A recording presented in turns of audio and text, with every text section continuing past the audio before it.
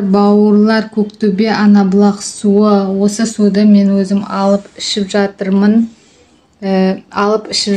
Асқазаным өте жол ауыратын еді, соған алып жатырмын.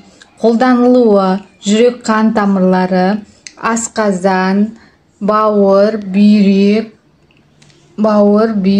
өт жолдары, тас жиналу, зат алмасуды реттеу, эндокриндік жүйе, қант диабеті, бұлшық еттің қатты жиырылуы, несеп жыныс жүйесі, созылмалы әлсіздік, тағы да басқа түрлі ауруларды емдеу және алдын алу мақсатында пайдаланылады. Бұны мен өзім ішіп жүрмін.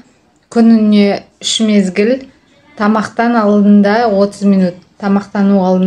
минут бұрын аш қарында ішесіз. Таңертең, обедте, кешкісін 200 мл, яғни 1 стаканнан ішіп жатырмын. Міне біреуін бастардым. Екіншісі. Результатын келесі видеода айтатын боламын.